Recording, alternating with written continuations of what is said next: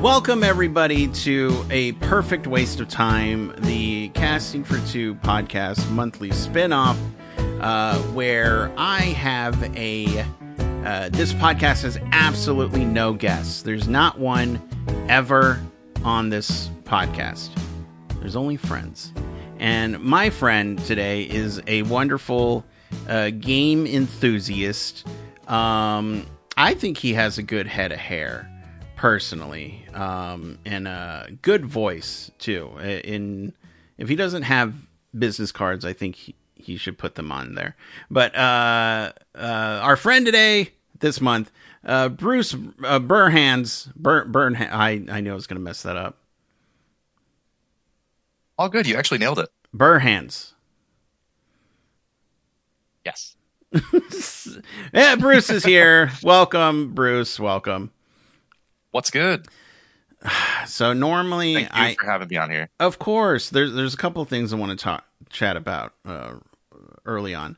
That was not the best intro I've ever done, and I apologize for that. It's all good. And also, the reason why I do intros like that is because, for a reason you said, how there's that moment where people get into performance mode and then they take the beat to themselves. That's always interested me in podcasts, because in the normal Casting for Two, I don't do that. So I love doing the opposite of what I do on that podcast versus this one, because, it's trying to make it different. Yeah, that must be a really interesting dynamic between going from just hamming it out by yourself and then having to be a host with going from person to person. Must be a really interesting dynamic, because everyone's different, of course. Yeah. I feel like I can't ham it with Casting for Two unless it's, somebody that I know or I see they have an improv background. Which sometimes also bites me in the butt, because I'm just, no offense to anybody who's done improv, but I expect you to be funny if you say you've done improv. And that is why I never reveal my past about improv. Yes, exactly. So, but anyway, so this podcast, it's all geared towards answering one question, only one. And it's something that, a question we both might know, one of us might know, or none of us might know. That's kind of, that's kind of the fun. And, for this one, I'm sure we will both know, but I'm very curious to see, for the topic Picker 9000, if you could live in any time period, when would it be and why? Oh, that's a really tough one. Okay. Good. Because it is tough only because of the knowledge that I have. Yes. In a lot of different time periods. Okay. To where, like, a lot of it is romanticized. Mm. And I would love to say, oh man, throw me back in like sometime during, the Roman Republic, or like Renaissance in like Italy somewhere, or there's so many that come to mind. And then once you actually do a little bit of digging, you're like, wait a minute, things are so much better now. Well, of course, that the only correct answer is now. But right, if we are going for, like, if I'm getting a dramatic, gladiator-esque movie where everything's nice and great, my go-to is usually ancient Rome. Okay. I'm one of those guys that always think about ancient Rome. Okay. Why? Why are you always thinking of ancient Rome? It has always it's always fascinated me, personally, and I think a lot of that just has to do with there's a lot of characters and there's a lot of things that kind of just were going on at that time. It was a really big jump in human history as far as like knowledge and writing and actually having a different formations of government that kept appearing. Yeah. And so it was a really interesting, like, diverse array of things going on. And there was always something awful and then good right around the corner. And so there was a lot of ups and downs that I think kind of like, especially saying this as an American, kind of replicates a lot of that American experience that I think is almost relatable in a way, where it's not as, if I were to say like, oh, you know, let me pull a Tom Cruise and let's be in, you know, feudal Japan. That is so far removed from like my personal knowledge and experience of like living day to day, right? Right. And so I think that's one of the things where, you know, you grow up hearing about like Caesar and like Augustus and Cleopatra and all that fun stuff. I mean, there's like, look at all these Assassin's Creed games about it. You know what I mean? So I think that's a big part of it. Gotcha. You know, what about you, if everything? No, first off, yeah, I was kind of thinking about it, and I'm still thinking about it. But I love the fact that, I don't want to lump you and I together because we're two very different people, but I feel like we are people of today as far as tech wise. So I know I would have a hard time giving that up. Because, you know, I like where everything is right now and where everything's moving. So to see that just magically gone, I'm like, oh, okay. That sucks. It would be very, very different as far as, like my whole day to day more or less revolves all around, you know, technology to some extent, or something that is only feasible with, like, all of my hobbies revolve around things that are only possible today, whether it's like video games or like miniature tabletop games. Like the production of that just only makes sense in 2024. And so it's like, I like thinking about it, it would be like, well, I guess I really got to learn how to like chop trees and like learn army formations, I guess. I have to use my hands. No. Yes. Get ready to learn military, buddy, is essentially what I'd have to be doing from here on out. Yeah. Which, you know, but so I'm going to go, I was thinking about this recently and talking about it. I would love to go back to the era of when movies were first becoming a thing, because I'm not saying that it was good at all. We've all seen the smash hit movie Babylon. But I feel like there were more opportunities to work your way into that industry. And to me, that seems very fun. Just, you know, going from, you know, being a runner, getting film, and then next thing you know, you're the head of the studio.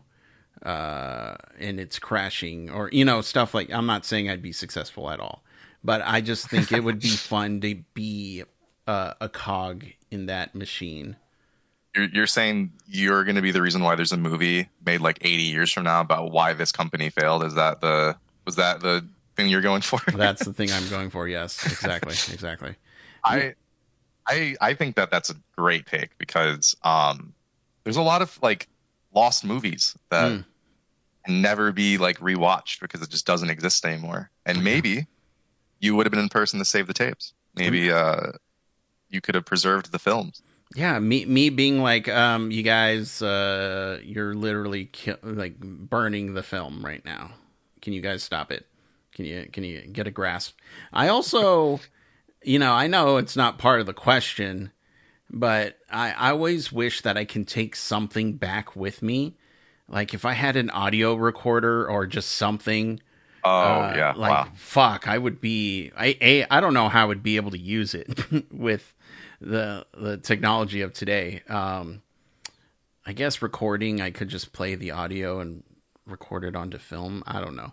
But I always think about that, how, if I could just take the the film reels, convert it into digital, transport myself back to today, edit it no problem, and head on back. Like the damage I could have done.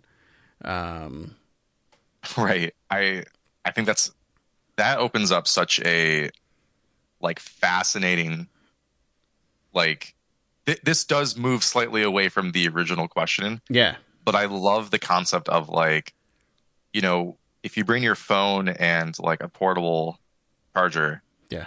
and then you just open up like the recording app or something, and Yeah. then you can just ask people questions and actually get like the real lowdown on stuff. And the fact that you can record and like all of that is just like we are absolutely the sci-fi that we were writing back then. Yes. Because man, the fact that this tiny little device can do all of those things, and I definitely think that it would be cool to see like you know, like Metropolis in theaters and have it not be like damaged or removed like a quarter of the film or something like that.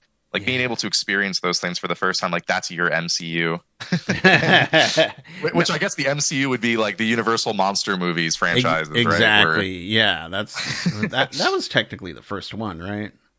Like as far as like universe that has building. to be as far as like, yeah, I would imagine so. I'm sure there's someone out there that's going to be like, well, actually, in 1890 there was these 3 films. But, actually, yeah, it's just like, okay, nerd, whatever, nerd.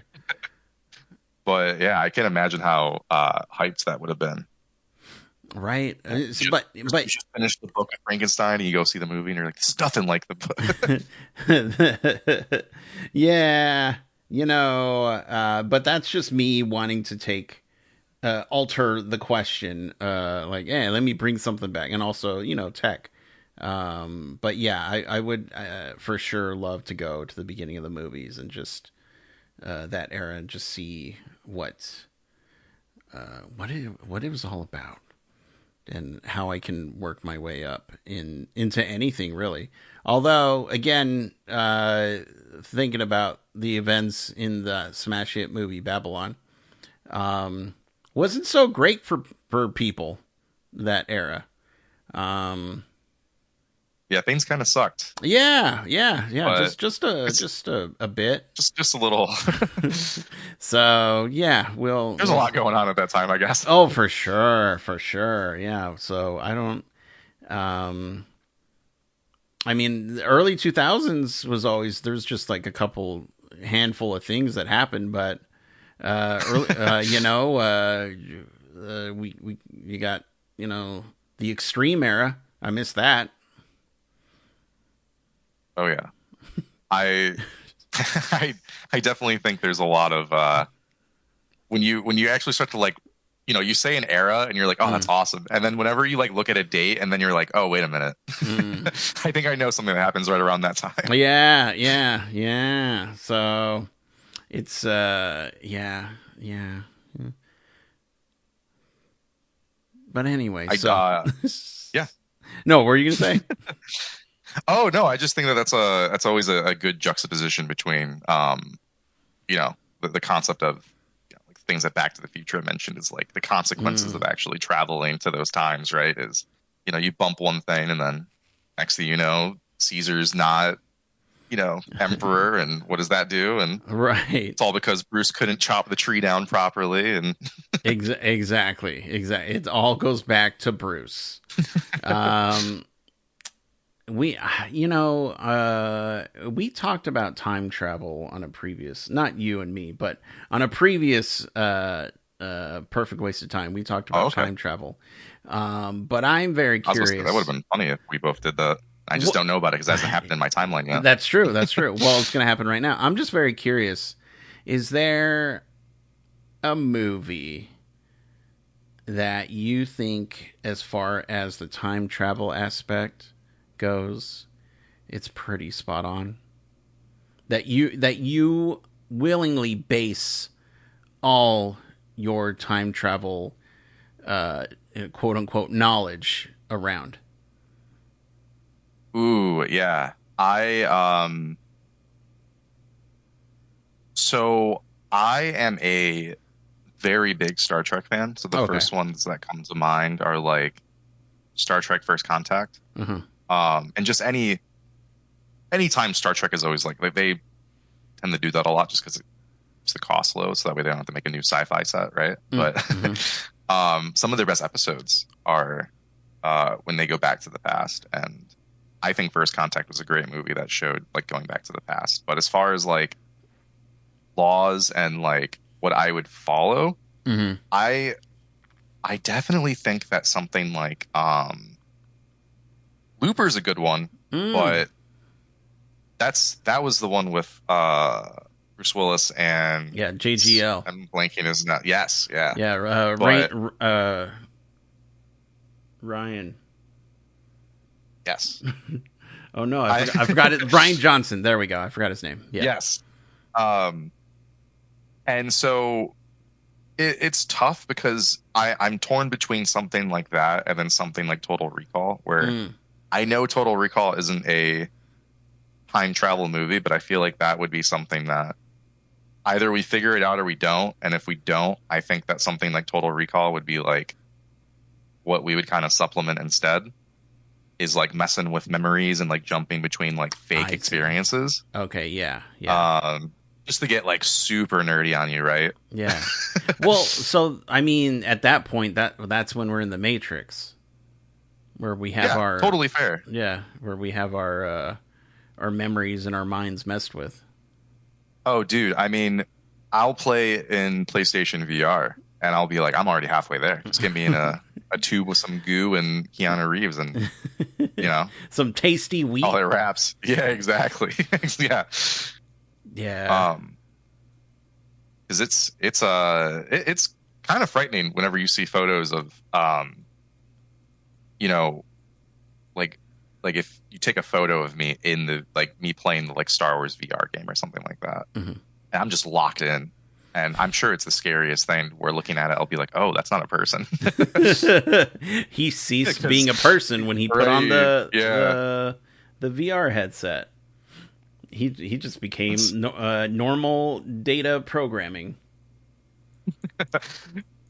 So yeah, I definitely think that those would be kind of like the attitudes that I kind of go towards, having grown up watching a lot of like Star Trek and Doctor Who and all that stuff. Gotcha. Is there any that like you lean towards specifically? I mean, my go-to has been and will always be Back to the Future. It was one of the first things that I saw when I was a kid, and where time travel, it just made sense to me. And that's why in Endgame, I was just like angry at the whole time travel notion. You're like, this isn't canon. And then they, I know Paul Rudd is a wonderful person. But they gave him the line of, so Back to the Future is wrong, screw them. So I forgot what he said. But then later on in Endgame, Mark Ruffalo, a.k.a. Hulk, Ghost Hulk, he's Ghost Ruffalo. He's talking to Tilda Swinton, and she's just like, no, you idiot, it's real. You can't just say no to time travel and the rules that are around. So I'm just like, what is it? What is it? Like what rules are you following? But I ask that during every MCU thing I watch. Right?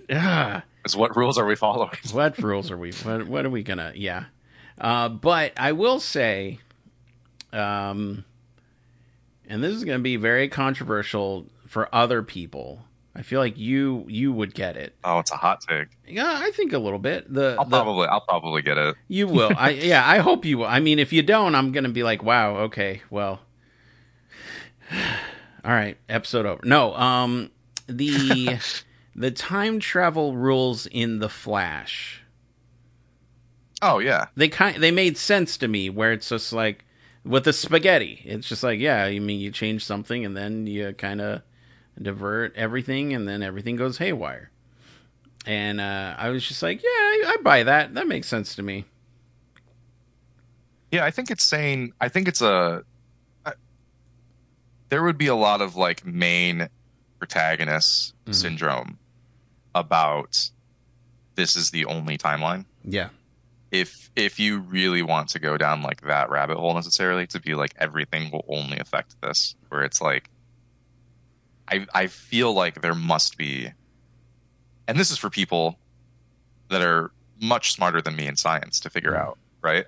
Yeah. But I feel like it would have to be something similar to how DC presents a lot of their time travel shenanigans with Flash, where it's always like there's this many Earths, and like it's because of all these different timelines and dimensions because of this, this, and this.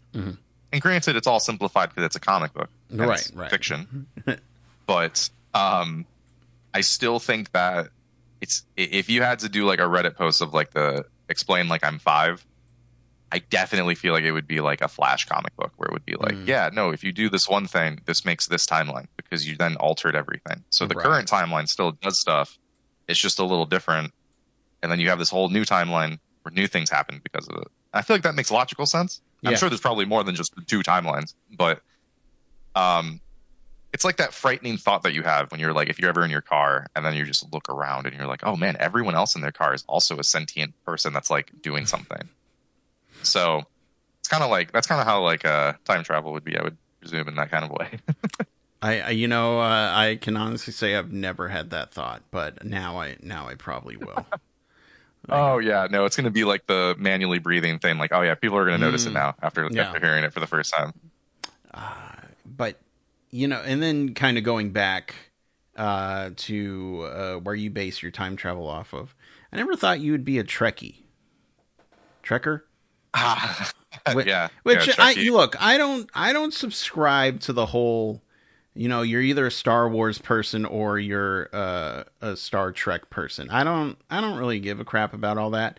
I grew up a Star Wars person though, but yeah, it's all sci-fi, and like sci-fi lovers support sci-fi. So yeah, anyone who's a real fan of the genre will like everything. It's the same thing with comic books, right? Like I'm known as, I think to most people, I am known as a Star Wars and DC person. Yeah. I still read certain Marvel comics that I am a massive Daredevil fan, for example. And then same thing with like some Star Trek. I actually prefer, I would say pound for pound, funny enough, I think I like more Star Trek than I do Star Wars as far as like quality of what has come out over the past 30 plus years. I think there's way better Star Trek than there is. And granted, it's because it's all TV shows, right? Yeah. And then you have you have 12 movies versus Star Wars is only a handful of movies and then 2 or 3 shows. I guess that's a bit more now because of the live action ones. But yeah. And so because of that, growing up, I would watch a lot of like The Next Generation, and so you had a lot of like reruns on those on like TV, and when streaming finally hit, and then they was all at once, and I was able to view them in like chronological order and stuff as well. I think I've seen Next Generation, and this always surprises people because I don't really watch a lot of TV and rewatch a lot of shows, but I have seen Star Trek: The Next Generation about 8 times from beginning to end, and this is like an 8-season long show. It's just for whatever reason, if it's on, I will just leave it on. And I will know every episode and like all of it and this is where this happens. And then I'll just be fine with it. And I know for some people it's like a comfort thing probably. And so, yeah, for whatever reason, I've always just been really into that. Of course, Star Wars and all that means a lot to me, of course. I love that. I love that. And, it's,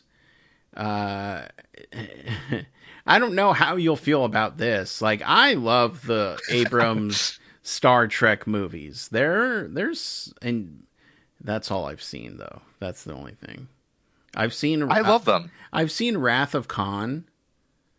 And that's all I can say about it. Because I had no bill. I literally just went to go see it. Because a lot of people quote like, "Oh, this movie's going to be like Wrath of Khan," and I was just like, "I don't know what that means, so I guess I'll go see it."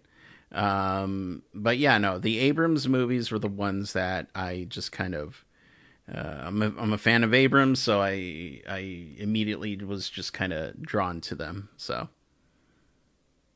I really like. I enjoy how Abrams does beginnings. I think he's kind of notorious for not knowing how to do endings. yeah, And so with the Star Trek films, I really enjoyed them because I loved the first one is a fantastic just movie period that like really kind of like sings its heart out to like old fans because it has a lot of those old actors before they passed and all that. Yeah.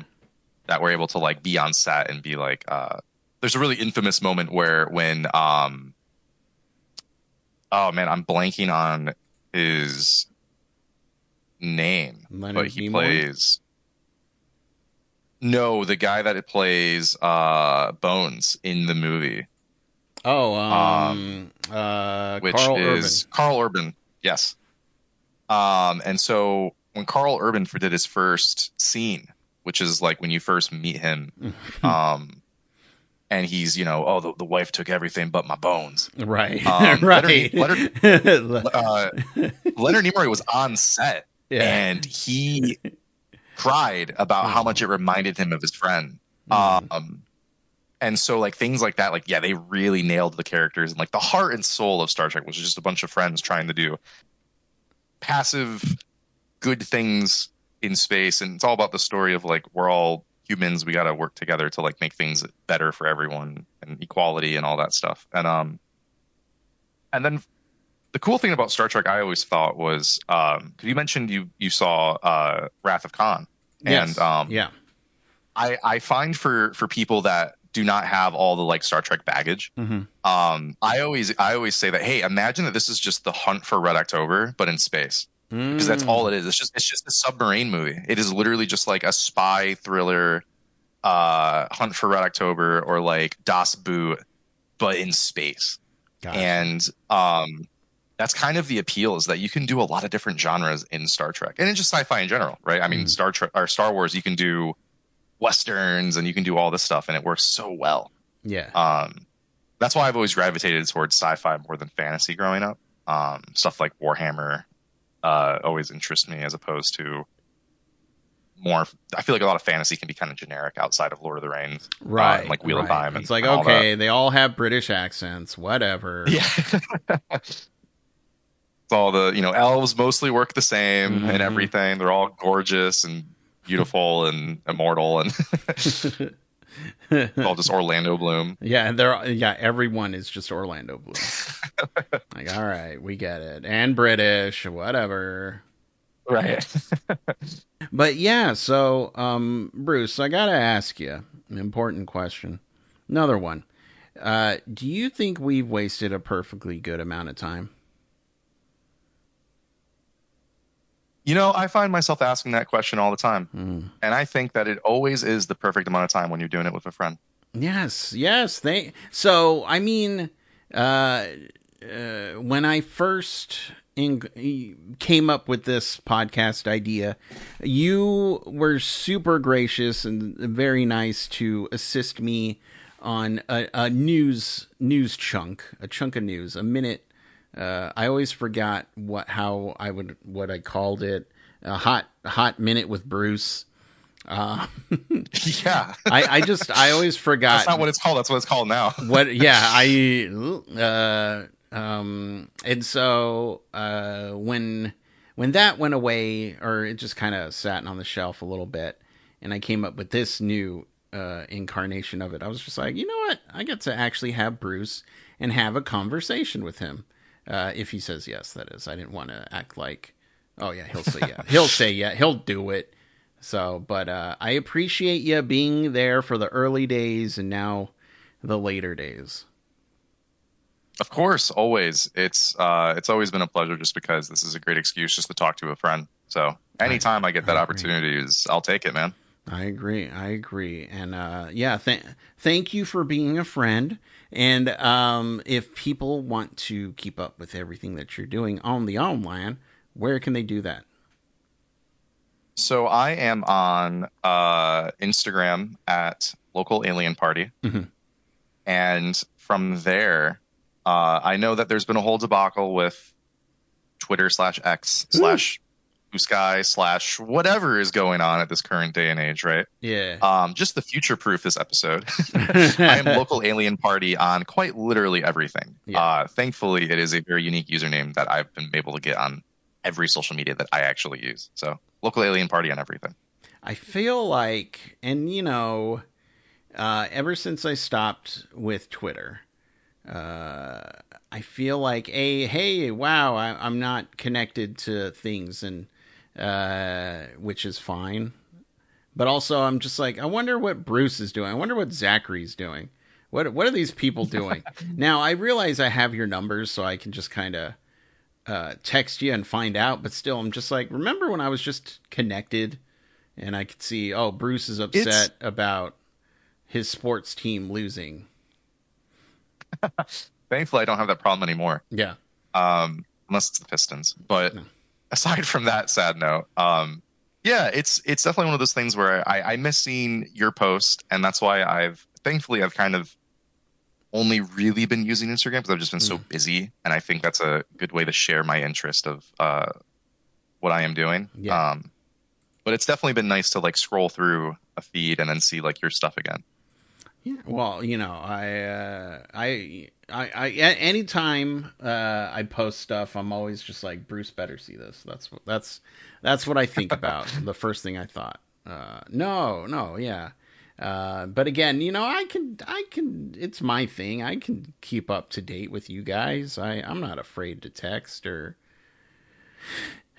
I don't know, reach out. Yeah, I'm down with it. I was talking to Zachary earlier. Not today, but earlier. Yeah, I am awful at keeping in touch with certain people through text because the actual analog part of like doing the messaging part, I have to get better at that for sure. Because on social media, I will immediately respond to everybody because I see their posts. Yeah. Actually going into like the text chat to like message individually, is like a such different world to where I'm always like, oh man, I hope I'm not like imposing. Like, what if he's busy? Like, what if he's in the middle of something? And then he's like, oh great, I got this text from Bruce about like, what did I think of the new, Star Wars news or something? Yeah. My brain just goes, it's a text, it's fine. They'll see it when they see it. So that's why I'm like, whatever, I'll send it. Who cares? Yes, we'll definitely have to run some more stuff with this. This was a great time. Thank you so much. Thank you. Anytime we get to do a podcast with friends is a wonderful evening. Exactly. But I'll let you go, and you keep staying safe and healthy, and tell Han I said hi. And yeah, just have a wonderful rest of your day. Of course, likewise. All right. Bye, dude. See ya. Take care.